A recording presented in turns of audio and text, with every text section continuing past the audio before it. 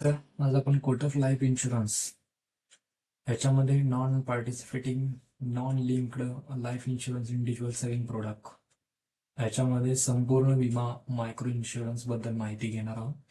ह्याच्यामध्ये खूप चांगला फीचर्स आहेत. एक सिंगल प्रीमियम ऑप्शन आहे, guaranteed pay out on maturity वर डे आणि नो मेडिकल टेस्ट, असे 3 महत्वाच्या फीचर्स बरोबर याने हा एक छोटा प्लॅन मायक्रो प्लॅन इम्प्लिमेंट केला की सामान्य नागरिकांसाठी.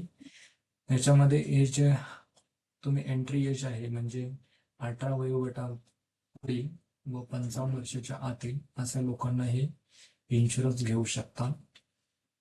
मॅक्सिमम मॅच्युरिटी आहे 60 वर्षापर्यंत. टर्म्स पॉलिसी टर्म हा फक्त 5 वर्षासाठी आहे आणि त्याच्यामध्ये प्रीमियम तुम्ही 200, 500 आणि 1000 रुपये इतकं एक सिंगल प्रीमियम करून 5 वर्षासाठी तुम्हाला घेऊ शकताय. याच्यामध्ये प्लॅनचे बेनिफिट असे आहेत. जर समजा तुम्ही 1000 रुपयांचा प्लॅन उतरला, त्याच्यानंतर तुम्हाला अगेन्स्ट 25,000 रुपये, समजा तुम्हाला डेथ झाली तर तुम्हाला 25,000 मिळेल. नसेल, जर तुमची डेथ नाही झाली 5 वर्षामध्ये तर तुम्हाला 5 वर्षानंतर 11.5 म्हणजे 1100 ते 1200 रुपयाच्या दरम्यान तुम्हाला बेनिफिट मिळेल. आता ही पॉलिसी साधारणतः केव्हापासून लागू होईल तर तुम्ही पॉलिसी उतरल्यानंतर पुढच्या 2 दिवसांनी तुम्हाला हा पॉलिसी काय करू शकते, वर्किंग म्हणजे सुरू होते. त्याच्यामध्ये पॉलिसी त्या 5 वर्षांमध्ये एकतर डेथ झाल्यानंतर तुम्हाला वारसदारांना मिळू शकतं, नसेल जर झाली नाहीये तर तुम्हाला त्याची एक अमाऊंट 1100 ते 1200 रुपये मिळेल.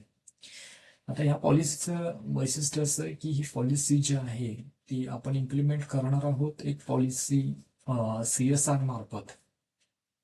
तर CSR मार्फत असल्यामुळे याच्यामध्ये EMI जो 1000 रुपये भरावा लागतो तो आपल्याला 0 असणार आहे. कोणत्याही प्रकारचा EMI भरायची आवश्यकता नाहीये. तुम्हाला त्याच्यामध्ये फक्त डॉक्युमेंट द्यायचे आहे. त्याच्यामध्ये फॉर्म्स एक आहे आणि दुसरा जो आहे तर तुम्हाला बँक पासबुक असणं गरजेचं आहे आणि आधार कार्ड असणं गरजेचं आहे. आता तो फॉर्म कशा पद्धतीने आहे ते आपण समजून घेणार आहे. तर त्याचा फॉर्म अशा पद्धतीने आहे. कोटक लाईफ संपूर्ण विमा योजना. तुम्हाला तुमचं पहिलं नाव याच्यामध्ये भरायचं आहे. दुसरं असं ते आडनाव भरायचं आहे. ईमेल ID तुमचा जीमेल किंवा कोणताही असेल तर भरू शकता, नसेल तर काही प्रॉब्लेम नाही. तुमचा मोबाईल नंबर याच्यामध्ये टाकायचा आहे. विवाहित स्थिती म्हणजे तुम्ही विवाहित आहात की अविवाहित आहात इथं तुम्हाला टाकायचं आहे. तुमची उंची याच्यामध्ये भरायची आहे. अंदाजित वजन भरायचं आहे. त्याच्यानंतर नॉमिनी आहे. नॉमिनी म्हणजे वारसदार, म्हणजे तुमच्या पैशात ती जी रक्कम असेल किंवा डेथ झाली असेल तर त्याची रक्कम जमा करण्यासाठी त्याचा अधिकार वारसदार म्हणून त्यांचं नाव इथं लिहायचं आहे.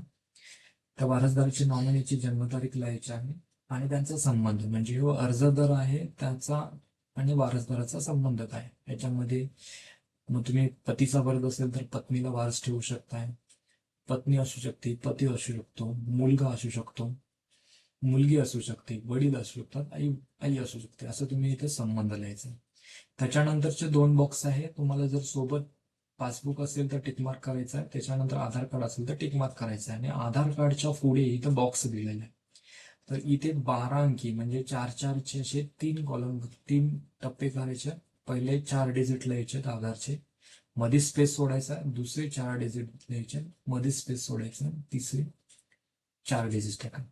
अशा पद्धतीचा फॉर्म भरायचा आहे. त्याच्यासोबत तुम्हाला आधार कार्ड आणि बँक पासबुक स्कॅन करायचा. असं एकत्रित PDF तुम्हाला बनवायचे आहेत आणि तुम्हाला ज्यांनी रेफरन्स दिला त्यांना तुम्हाला पाठवायचे. आणि त्यांच्यानंतर तुम्हाला काय केलं जाईल, बाय पोस्ट तुमच्या आधारच्या ऍड्रेसवर तुम्हाला ती पॉलिसी मिळून जाईल. धन्यवाद.